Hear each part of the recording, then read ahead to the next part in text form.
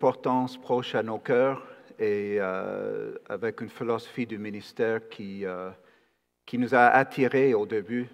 Et maintenant, c'est des amitiés et le sens que notre Église est comme une famille qui nous garde ici. Donc, merci. C'est un privilège et un honneur d'être à votre service. En 2000, j'ai participé à mon premier voyage missionnaire. C'était en Mozambique pour 5 semaines. Dans la deuxième semaine, j'ai attrapé le paludisme, ou on dit la malaria. Je crois que le fait que j'ai attrapé le paludisme dans cette situation était probablement le résultat d'un combat spirituel, car il y avait un grand nombre de féticheurs sorciers dans les régions où je faisais de l'évangélisation. Le paludisme a fait en sorte que je n'avais plus de voix. Et ça, c'est difficile pour faire l'évangélisation quand on n'a plus une voix. Après une semaine difficile, je pense que j'ai presque perdu ma vie. L'équipe avait prévu de visiter un camp des réfugiés parce qu'il y avait des inondations quelques mois avant. Il y avait un camp des réfugiés. Et notre équipe a pensé que ça sera bien de faire l'évangélisation dans ce camp des réfugiés.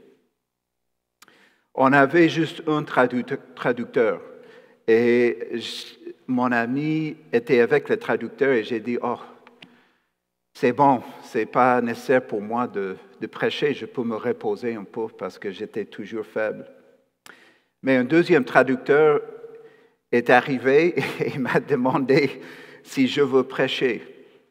Et en ramassant les gens autour de moi, j'ai dit oui et j'avais juste 2 minutes à préparer une prédication. En fait, ce qui s'est passé ne peut s'expliquer que par le fait que le Saint-Esprit m'a donné à cet instant, pour ces 35 minutes qui s'en suivent, le pouvoir de parler de l'Évangile, parce que moi, j'étais faible, mais de parler de l'Évangile avec clarté, puissance et assurance. Je vais partager avec vous ce que le Seigneur a fait à la fin de la prédication. Mais ce qu'on voit dans cette situation, il y a 4 caractéristiques de cette situation qu'on va trouver dans notre texte aujourd'hui et qu'on va trouver dans nos vies au quotidien. Première, c'est l'opposition. Et dans cette histoire que j'ai partagée avec vous, c'était une opposition spirituelle. Et puis, il y a la prière. J'ai prié le Seigneur de me guider dans la prédication. Troisième, la puissance du Saint-Esprit qui m'a rempli avec une assurance et avec la clarté. Et quatrièmement, pour annoncer avec assurance la parole de Dieu. Donc, opposition, prière, puissance du Saint-Esprit pour annoncer l'Évangile avec assurance. Notre Église, je suis convaincu que nous voulons être une Église qui est fidèle à notre Seigneur, une Église qui prie le Seigneur, qui demande le Seigneur pour nous aider à annoncer l'Évangile avec assurance. Je suis convaincu aussi que nous sommes une Église qui veut être remplie du Saint-Esprit. On va parler de la différence entre le baptême du Saint-Esprit et d'être rempli du Saint-Esprit parce que c'est 2 choses différentes. Mais nous voulons être une Église remplie du Saint-Esprit. Et d'être rempli du Saint-Esprit, oui, ça joue dans notre sanctification et des implications dans notre combat contre la chair, le monde et le diable. Mais dans notre texte ce matin, ça a des implications surtout dans l'annonce de l'Évangile avec assurance. Donc, nous voulons, l'Église Emmanuel, être une Église qui annonce clairement l'Évangile à ceux qui nous entourent avec assurance et clarté. Donc, la grande idée de notre texte ce matin est ceci: face à l'opposition, prions que l'Esprit nous remplisse pour annoncer l'Évangile. Face à l'opposition, prions que l'Esprit nous remplisse pour annoncer l'Évangile. Notre texte ce matin se trouve en Actes chapitre 4, versets 23 à 31, et cette prédication est partie de la série nous sommes en train de faire sur la mission. Donc, Actes chapitre 4, versets 23 à 31, je lis. Après avoir été relâchés, ils allèrent vers les leurs et racontèrent tout ce que les principaux sacrificateurs et les anciens leur avaient dit. Lorsqu'ils l'eurent entendu, ils élevèrent à Dieu la voix tous ensemble et dirent: Seigneur, toi qui as fait le ciel, la terre, la mer et tout ce qui s'y trouve, c'est toi qui as dit par le Saint-Esprit, par la bouche de notre Père, ton serviteur David: pourquoi ce tumulte parmi les nations et ces vaines pensées parmi les peuples? Les rois de la terre se sont soulevés et les princes se sont ligués contre le Seigneur et contre son oint. En effet, contre ton saint serviteur Jésus que tu as oint, Hérode et Ponce Pilate se sont ligués dans cette ville et avec les nations et avec les peuples d'Israël pour faire tout ce que ta main et ton conseil avaient arrêté d'avance. Et maintenant, Seigneur, vois leurs menaces et donne à tes serviteurs d'annoncer ta parole avec une pleine assurance, en entendant ta main, pour qu'il se fasse des guérisons, des miracles et des prodiges par le nom de ton saint serviteur Jésus. Quand ils eurent prié, le lieu où ils étaient assemblés trembla. Ils furent tous remplis du Saint-Esprit et ils annonçaient la parole de Dieu avec assurance. Prions. Seigneur, nous te prions. Que ce temps soit béni. Éclaire ta parole, instruire nos cœurs. Pour le gloire de ton nom, Dieu notre Père, au nom de ton serviteur Jésus-Christ et par ton Esprit dans nos vies. Amen. Donc la grande idée dans notre texte ce matin est ceci, je répète: face à l'opposition, prions que l'Esprit nous remplisse pour annoncer l'Évangile. Nous voyons dans notre texte ce matin les 4 choses que j'ai partagées au début. L'opposition. L'opposition se trouve en chapitre 4, 1 à 22. C'est les chefs religieux juifs qui ont interdit à Pierre et Jean de prêcher l'Évangile. En chapitre 4, versets 24 à 30, c'est la prière. Donc, c'est la deuxième chose. Opposition, prière. Donc, nous voyons, en fait, dans notre texte ce matin, nous avons la première prière, en fait, la prière le plus détaillée et le plus ancien de l'Église dans la Bible. En fait, c'est la prière, on a la prière dans Actes 2, 42. Nous avons la prière aussi dans Actes chapitre 1 des apôtres. Mais ici, nous avons une prière le plus détaillée et le plus ancienne. Donc, la prière, opposition, prière, et aussi la puissance d'être rempli du Saint-Esprit se trouve en chapitre 4, verset 31, pour quatrièmement, annoncer l'Évangile. Opposition, prière, remplie du Saint-Esprit pour annoncer l'Évangile. Notre texte ce matin se trouve dans une section narrative plus large qui commence en Actes chapitre 3, verset 1. Et ça termine à Actes 4, verset 31, le dernier verset de notre texte ce matin.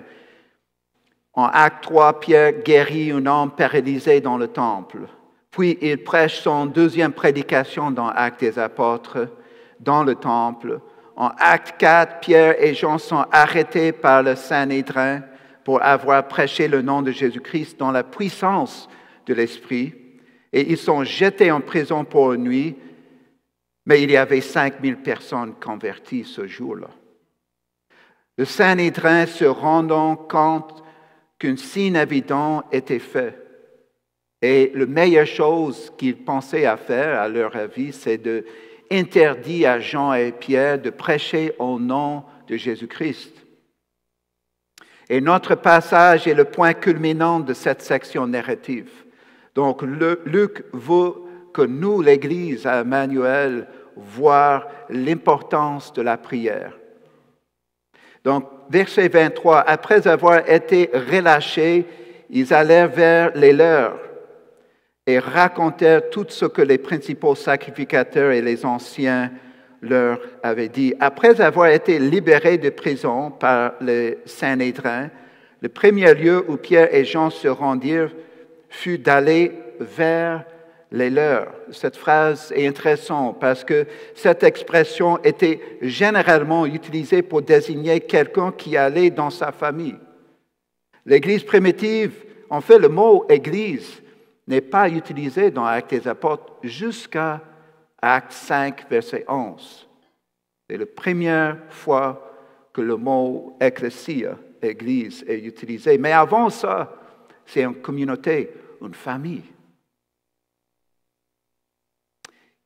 Ils font un rapport de tout ce qui s'est passé avec la guérison d'un homme paralysé par Pierre, la prédication puissante de l'Évangile par la puissance du Saint-Esprit dans le temple et le salut d'environ 5000 personnes, hommes, femmes, enfants, et l'opposition claire des chefs juifs au message de l'Évangile. Donc, cela se reproduit, cette mode de ministère de Pierre se produit encore en Acte 12, à partir de verset 12 et suivant, parce que lorsque Pierre est miraculeusement libéré de prison en Acte 12, qu'il vient vers les croyants, qu'il trouve en train de prier et qu'il fait un rapport sur ce que le Seigneur a fait. Donc, ici, l'opposition au message de l'Évangile est centrale. Donc, c'est en fait l'opposition à l'Évangile et la communauté de l'Évangile est parmi les thèmes clés du livre des Actes des Apôtres. L'opposition. Dans le livre de Bill Phillips, Miracle des temps modernes au Québec, voici un excerpt de ce livre. Donc, je cite. Les missionnaires pionniers de l'œuvre au Québec ont persévéré malgré une féroce opposition de la part de l'Église catholique romaine à la fin des années 40 et au début des années 50. On a brûlé des autos et brisé des fenêtres des églises. On a utilisé des boyaux d'arrosage de pompiers, des tomates, des pétards et des klaxons de tracteurs pour déranger les réunions de plein air. On a confisqué les courriers et les prêtres furieux ont empilé et brûlé des copies du Nouveau Testament, ainsi que des évangiles. Il y a eu de la violence physique et de constantes arrestations. Cependant, la parole de Dieu se répandait. J'aime ce verbe, ça vient directement des Actes des Apôtres. Je répète, notre frère Bill Phillips a dit, la parole de Dieu se répandait. et des âmes étaient sauvées. Nous avons fait une percée au Canada français. Wow! Emmanuel, en parlant avec Benoît, il a dit que la transition pour aller à Alma est difficile. Et une des plus grandes raisons, c'est qu'il voit l'Église Emmanuel comme sa famille. Les premiers croyants ont vu l'Église comme une famille. Et l'Église Emmanuel est une famille. Quand nous sommes arrivés à l'Église Emmanuel, une des premières choses que Pasteur Nick m'a dit, c'est l'Église Emmanuel est comme une famille. Et c'est un adjectif biblique. Opposition que nous allons rencontrer aussi, c'est réel. Est-ce que les restrictions qui sont imposées sur la société au Québec à cause de le COVID-19, est-ce qu'il y a un traitement injuste envers les églises? Est-ce que c'est une opposition à l'Église? Cela ne semble pas être le cas. Donc, je veux être clair que nous, les anciens, on ne voit pas que l'Église est en train d'être persécutée par la loi que notre gouvernement impose sur la culture, la société au Québec. Ce n'est pas la persécution. Mais ce qui est sûr, nous voyons que notre culture du royaume est à l'encontre de la culture qui nous entoure. Donc, les conflits de vision du monde est évident.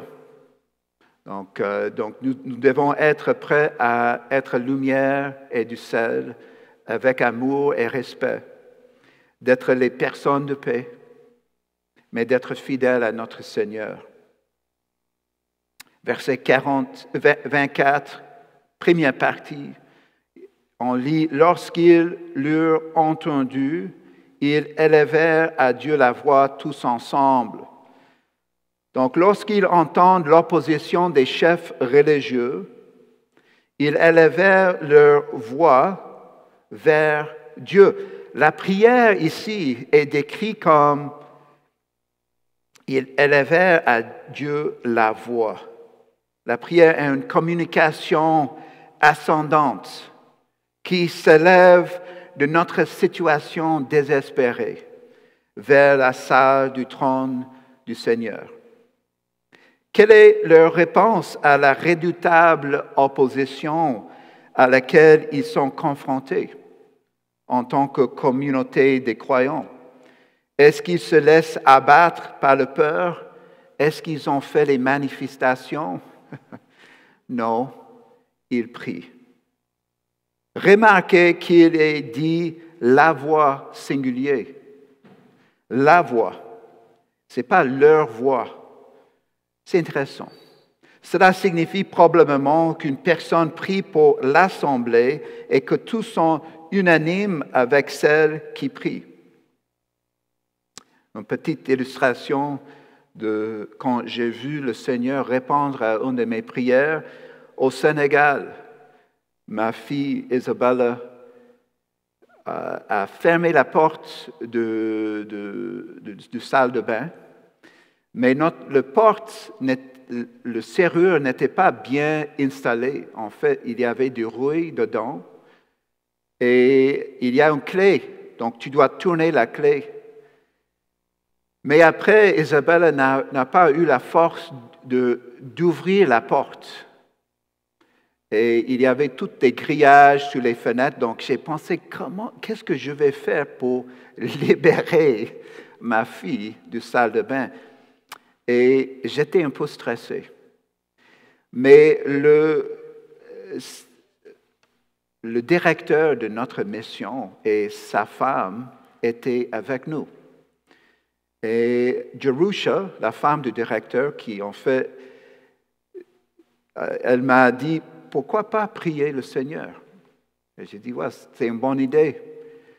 Parce que Isabelle était en train d'être stressée, j'étais un peu stressé, J'avais pensé, est-ce que je dois briser la porte? Donc on a prié, Seigneur, aide Isabella à ouvrir la porte. Et il a répondu. Isabella a eu la puissance d'ouvrir la porte immédiatement. Quelle est notre vision personnelle de la prière? Au fond de nous, pensons-nous que c'est une perte de temps, inutile, non pertinente face à une situation d'urgence? La prière, c'est vrai, va à l'encontre de beaucoup de ce que notre culture séculière croit. Et si nous ne sommes pas prudents, cela nous influence. Mais nous devons nous rappeler que la laïcité est une illusion. L'opinion selon laquelle Dieu n'existe pas, et s'il existe, il ne se soucie pas de nous écouter, n'est pas vraie. Comme l'Église de Actes 4 le sait, et nous le savons, Dieu existe et il nous écoute. Donc maintenant, voyons maintenant ce qu'ils ont prié. Donc comme j'ai dit, c'est intéressant par rapport à l'histoire de l'Église. Nous avons ici la prière le plus détaillée, le plus ancien de l'Église. Même avant que le mot « Église » est utilisé dans Actes 5, verset 11. Qu'est-ce qu'ils ont prié? Et en fait, leur prière comporte deux sections. L'adoration et la pétition. L'adoration et la pétition. Examinons cette première section de la prière d'adoration. Regardez avec moi verset 24, deuxième partie. Et dire, Seigneur, toi qui as fait le ciel, la terre, la mer et tout ce qui s'y trouve. Ils commencent leur prière par l'adoration. Le mot traduit par Seigneur dans beaucoup de traductions est mieux traduire maître. En fait, c'est le mot qui a eu un autre sens à l'époque, le mot despota, qui signifie celui qui détient le pouvoir complet ou l'autorité sur un autre. Il se concentre, en fait, ce titre se concentre sur le pouvoir et le contrôle que le Seigneur possède. C'est un rappel très nécessaire pour les croyants confrontés par l'opposition. La prière cite ensuite directement le psaume 146, verset 6. Le psaume 146 commence en fait la dernière section du livre des psaumes, qui concentre sur la confiance en l'Éternel et la louange de l'Éternel. Chacun des 5 derniers psaumes du livre des psaumes commence par le mot hébreu « Alléluia ». Le psaume 146 commence cette section finale. Le psaume est un chant de dépendance adoratrice envers le Dieu Tout-Puissant. Le psaume 146 met en contraste la faiblesse des pouvoirs humains du monde avec le salut que seul le Seigneur peut donner. Donc ça établit un contraste entre les royaumes humains et le royaume de Dieu. Le psaume 146 cite l'acte puissant de création de Dieu comme preuve de son pouvoir de sauver son peuple. C'est ce que la main puissante de Dieu a fait dans la mort et la résurrection de Christ. C'est ça que l'Église en Acte 4 a compris de son psaume 146. Le psaume 146 enseigne que Dieu relève les pauvres et guérit les cœurs brisés. L'Église en Acte 4 a besoin de l'aide du Seigneur.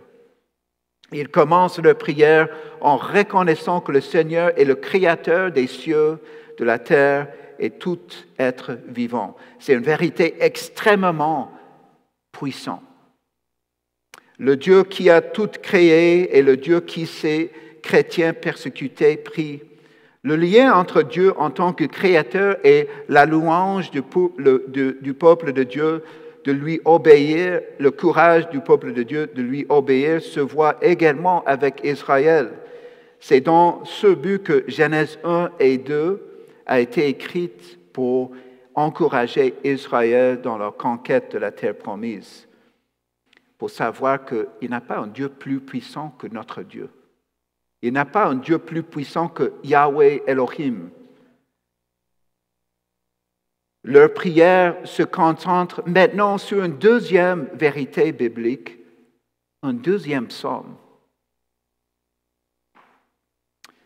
Que les nations, le roi, pensent à tort qu'ils peuvent s'unir pour s'opposer au Seigneur et à son Messie. Verset 25, c'est toi qui as dit par le Saint-Esprit, par la bouche de notre Père, ton serviteur David. Remarquons l'enseignement selon lequel les Écritures viennent de Dieu et sont écrites sous l'inspiration du Saint-Esprit. Ici, c'est un texte clé pour comprendre la qualité de l'Écriture comme inspirée de Dieu. Oui, écrit par la main de David ici, mais dirigé par le Saint-Esprit, mot par mot. Il cite ici le psaume 2, versets 1 à 2. Un psaume de David est cité ici mot pour mot.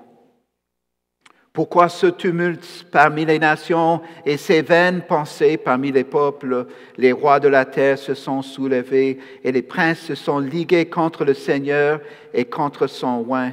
En effet, contre ton saint serviteur que tu as oint, Hérode et Ponce Pilate se sont ligués dans cette ville et avec les nations et avec les peuples d'Israël. Donc, verset 27 n'est pas dans Psaume 2, 1 et 2, mais avant ça, c'est trouvé dans Psaume 2, 1 et 2. Le Psaume 2 commence le livre des psaumes en indiquant l'intronisation par Dieu de son roi choisi. Cela s'applique d'abord au roi David, mais ultimement à Jésus-Christ. Donc cette prière associe la dernière section des psaumes, qui commence avec Psaume 146, et la première section des psaumes. C'est une prière qui forme une confiance totale dans les desseins du royaume de Dieu, qui, en fin de compte, écrasera toutes les tentatives des royaumes humains de se mettre en travers du chemin de Dieu. Le livre des psaumes est le cantique des hymnes du peuple de Dieu. Et dans cette prière, il cite la dernière section de ce livre des cantiques, des hymnes du peuple de Dieu, et la première. C'est important à observer. Verset 28, « Pour faire tout ce que ta main et ton conseil avaient arrêté d'avance. » La phrase « arrêté d'avance » est utilisée 6 fois dans le Nouveau Testament. Et toutes les fois se trouvent dans les livres de Paul, sauf ici. Toutes se référant à la prédestination des événements et des peuples par Dieu avant que le temps a commencé. Donc le verset 28 nous montre clairement que la crucifixion du Christ n'était pas une surprise pour Dieu, mais qu'elle avait été prédestinée, planifiée d'avance par Dieu. Donc voici, dans notre texte, on trouve un texte clair par rapport à l'inspiration de l'Écriture. Nous voyons ici aussi l'idée que la prédestination, que Dieu est souverain, tout ça se trouve dans notre texte ce matin. Jusqu'à présent, cette prière a parlé de l'Écriture comme étant inspirée par Dieu et elle a également parlé de la souveraineté de Dieu dans la prédestination. La doctrine est véritablement le cadre de la vision chrétienne du monde qui s'exprime le plus clairement dans la prière sincère. L'Écriture façonne la vision du monde de l'Église. L'Écriture fournit un méta-récit qui surpasse toute autre tentative de trouver l'authenticité. Dans notre culture, le récit qui est le plus proche au cœur, c'est d'être authentique à nous-mêmes. Mais le narratif, le récit que la Bible nous donne, c'est le royaume de Dieu. Donc, d'être authentique à nous-mêmes n'est pas quelque chose d'important dans le royaume de Dieu. Ça n'a rien à voir, c'est à l'encontre du royaume de Dieu souvent, parce qu'on cherche à construire notre propre royaume et de trouver notre identité à part de Dieu. Il y a vraiment deux thèmes qui ressortent dans cette première moitié de la prière. Premièrement, que Dieu est le Créateur tout-puissant, et deuxièmement, qu'il apporte son royaume sur terre par l'intermédiaire d'un oint choisi. Quelle valeur accordons-nous à la prière? Donc, cette question est liée à notre croyance en qui est Dieu et s'il répond à nos prières. S'il est vraiment impliqué dans notre vie quotidienne, remarquez que les disciples ne prient pas instantanément pour être délivrés de la souffrance. Au contraire, ils louent Dieu et le remercient pour l'occasion qui leur est donnée de témoigner de lui. Venons-nous à la prière avec une longue liste de requêtes ou prenons-nous le temps de louer notre Créateur et Roi? Que l'exemple des disciples au milieu de la persécution nous inspire à mettre l'adoration en premier dans nos prières. Quelle valeur accordons-nous à la parole de Dieu? L'Écriture. L'Écriture vient de Dieu, communiquée par le Saint-Esprit. Lorsque nous ne savons pas quoi prier, nous pouvons simplement prier les Écritures, comme le faisaient les croyants dans notre texte. Les psaumes sont le livre de prière du peuple d'Israël et ils sont aussi le nôtre. Qu'ils soient le script de notre propre culte lorsque nous cherchons la face de Dieu au milieu de nos propres épreuves. Verset 29. Maintenant, nous arrivons à la deuxième partie de la prière. On a établi l'opposition à l'Évangile en chapitre 4. La prière, nous sommes dans le deuxième aspect de la prière ici. La prière commence avec l'adoration. Maintenant, c'est l'intercession, de demander de l'aide de la part de Dieu. Verset 29. Et maintenant, Seigneur, vois leurs menaces et donne à tes serviteurs d'annoncer ta parole avec une pleine assurance. Ils ne prient pas pour être protégés ou délivrés. Ils prient pour avoir la capacité de prononcer, d'annoncer la parole de Dieu, l'Évangile, avec une pleine assurance. Donc, cela veut dire un état de confiance et de courage au milieu de circonstances intimidantes. C'est ça, l'assurance. Un état de confiance et de courage au milieu de circonstances intimidantes. Verset 30.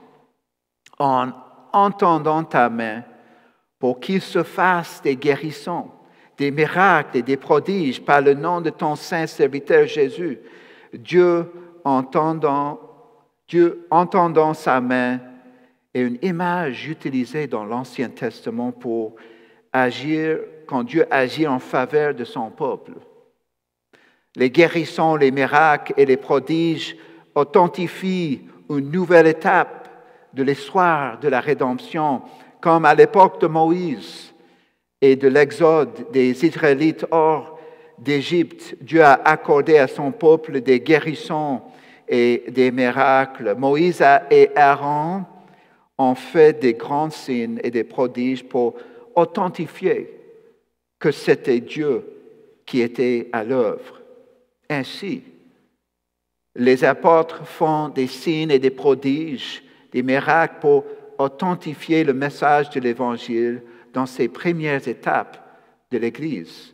Le fondement apostolique a été posé pour l'Église une fois pour toutes et c'est accompagné de signes et de miracles de la part des apôtres.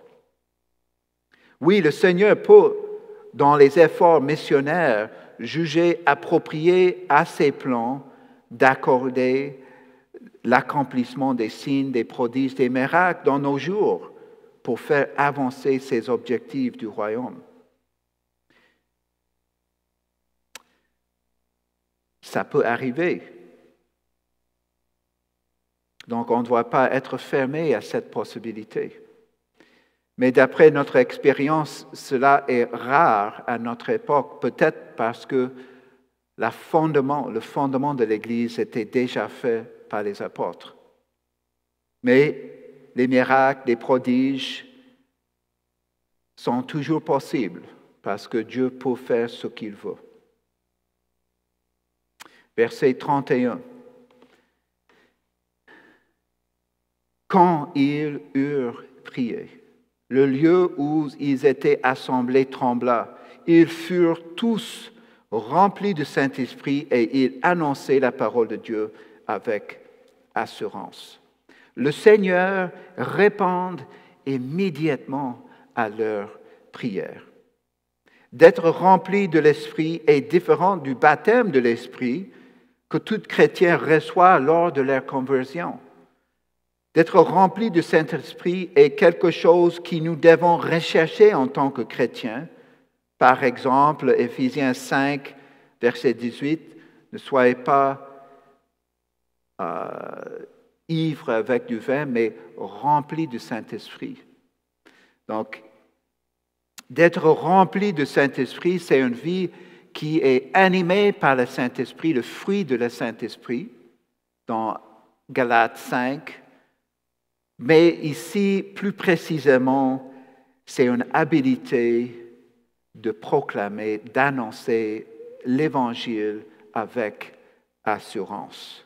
Donc, d'être rempli de l'Esprit nous donne l'habilité d'annoncer l'Évangile avec assurance. Donc, face à l'opposition, nous, l'Église au Québec, face à l'opposition, prions Dieu que l'Esprit nous remplisse pour annoncer l'Évangile avec assurance.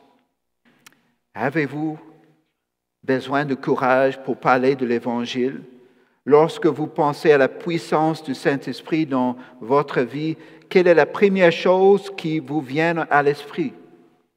Le pouvoir de vivre sans peur, sans anxiété, sans dépression, de vaincre un péché qui vous accable, d'être guéri d'une maladie, le pouvoir de combattre le diable et de gagner, ou simplement de se lever chaque matin et d'aller au travail.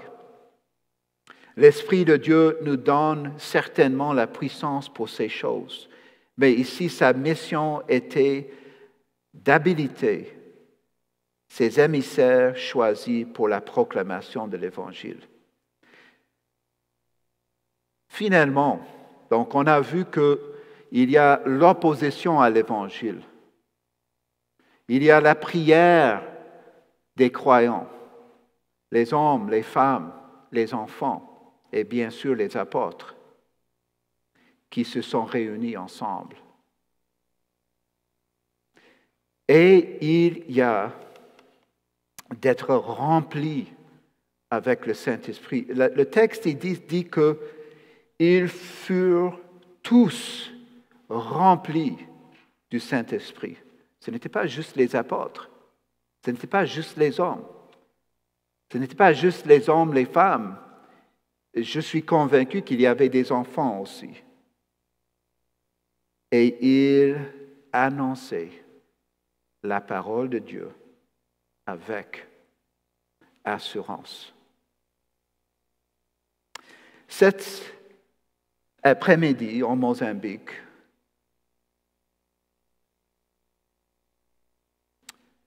Après que j'ai fini cette prédication dans ce camp des réfugiés,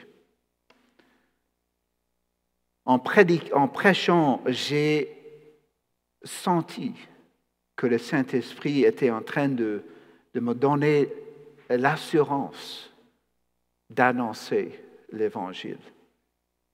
Avec une prédication à l'improviste, ce n'est pas ça qu'il enseigne à Master Seminary, Nick, je sais.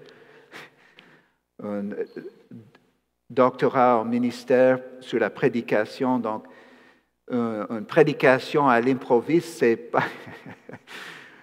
Souvent, ce n'est pas la meilleure prédication, mais le Seigneur est gracieux.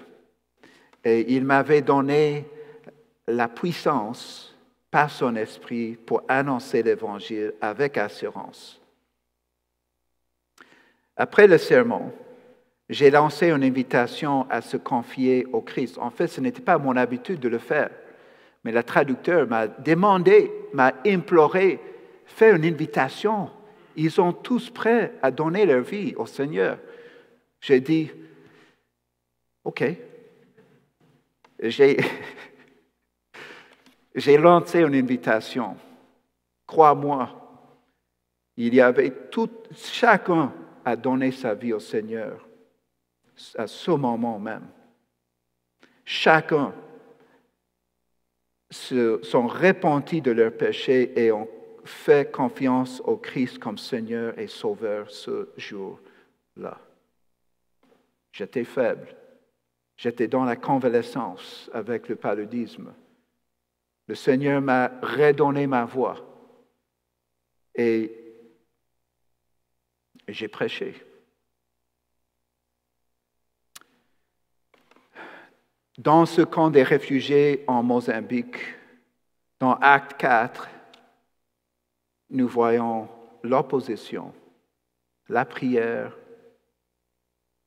la puissance d'être rempli du Saint-Esprit pour annoncer l'Évangile avec assurance. Prions. Seigneur, nous te prions avec ma voix, avec une voix. Nous sommes tous ensemble, nous sommes tous unanimes dans notre désir.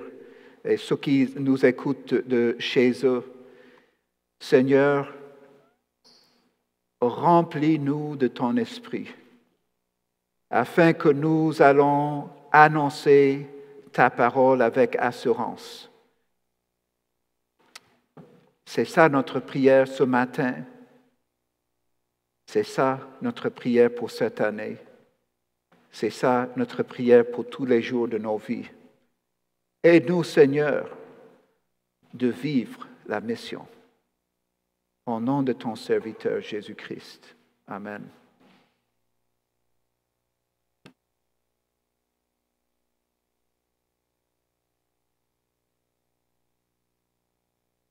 Merci, Daniel. Face à l'opposition, nous avons l'Esprit Saint qui est là pour nous guider, pour nous fortifier par la prière. Quel encouragement ce matin. Nous avons la joie d'avoir maintenant le panel. On va inviter Catherine et Angie de s'avancer. On a aussi, tout de suite après le service, donc maintenant on a un petit panel pour vous, une quinzaine de minutes. Et ensuite, on va avoir le Zoom. Donc, ceux qui veulent se connecter, c'est notre frère Richard Marino qui va animer un petit temps de partage ensemble, de Zoom. Donc, ceux qui sont à la maison, qui voudraient pouvoir échanger, connecter ensemble, c'est une belle occasion de le faire. Donc, tout de suite après le panel, on va tout de suite transitionner vers un Zoom, un temps de partage ensemble. Que le Seigneur vous bénisse aujourd'hui.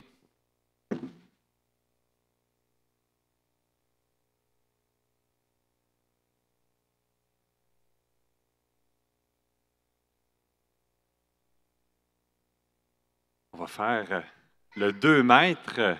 Alors, vous voyez ici, on n'est pas à 2 mètres parce que nous sommes de la même bulle familiale avec mon épouse. Alors, c'est très excitant de pouvoir faire ce panneau numéro 2 ensemble. Merci Angie aussi, c'est vraiment une joie que vous avez accepté, je trouve, ce petit défi, mais aussi une bénédiction pour chacun d'entre nous.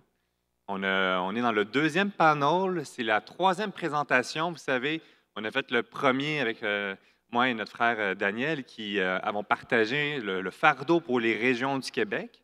On a eu la semaine dernière le baptême, le témoignage de Kevin Hanneville. Ça fait partie, c'est tellement concret. Pour moi, il n'y a rien de plus concret qu'un baptême lorsqu'on parle de mission, hein? Alors, c'est super stimulant. Il y a eu des bugs techniques, mais quelle joie de pouvoir le repartager par vidéo avec autant le témoignage que le baptême. On a, malgré le bug, on a pu avoir la totalité du baptême. Alors ça, c'est vraiment une joie. Et aujourd'hui, on se lance dans ce nouveau panneau et la question, c'est vraiment au niveau de